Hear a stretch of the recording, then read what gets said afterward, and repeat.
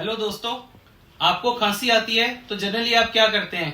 आप केमिस्ट के पास जाते हैं कि भैया कोई कफ सिरप दे दो, या जनरली आपके घर के अंदर कोई कफ सिरप पड़ा होता है तो आप उसको यूज करते हैं। कितना लेना है, क्या डोज में लेना है, आपको कुछ पता नहीं होता, और कौन सी दवा ले रहे हैं वो भी जनरली पता नहीं होता। तो आज मैं आपको कफ के बारे में, खांसी के बारे में सारी चीज बताऊंगा कि आपको कौन सा कफ सिरप लेना चाहिए और कब कितना क्या दवाई लेनी चाहिए, ताकि आपको कोई और नुकसान नहीं हो। तो सबसे पहले हम देखते हैं कि अगर किसी को थोड़े टाइम की खांसी है, जैसे मान लो कि 1 या 2 दिन में कोई खांसी शुरू हुई है, तो उन पेशेंट्स को हम सिंपल जो है वो एंटी एलर्जिक दवाइयां देते हैं। मैं आपको कुछ मेडिसिन दिखा रहा हूं। मेरा यहाँ पे पर्पज किसी भी ब्रांड को प्रमोशन करने का नहीं है, जस्ट आपको इन्फॉर्मेशन देना है।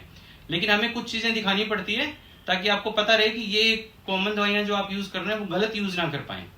तो अगर आपको थोड़े टाइम की खांसी है तो हम सिंपली कुछ एंटी एलर्जिक दवाइयां देते हैं।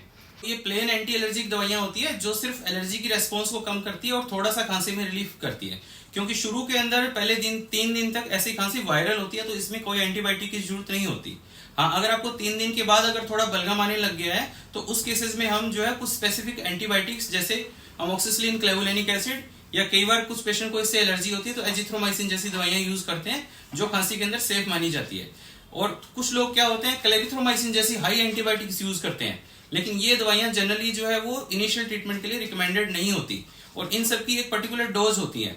इसी तरह से जो बच्चे होते हैं उनके अंदर डिफरेंट टाइप के एंटीबायोटिक के डोजेज प्रिपरेशन अवेलेबल रहती है। अब ये देखिए, ये बहुत हाई स्ट्रेंथ का है, ये मीडियम स्ट्रेंथ का है, और ये जो है वो कम स्ट्रेंथ का है। तो एज के और वेट के अकॉर्डिंग ये बच्चों के अंदर एंटीबायोटिक के सिरप्स दिए जाते हैं। और कई बार क्या होता है कि हम कोई भी कफ सिरप घर में पड़ा होता है वो यूज कर लेते हैं।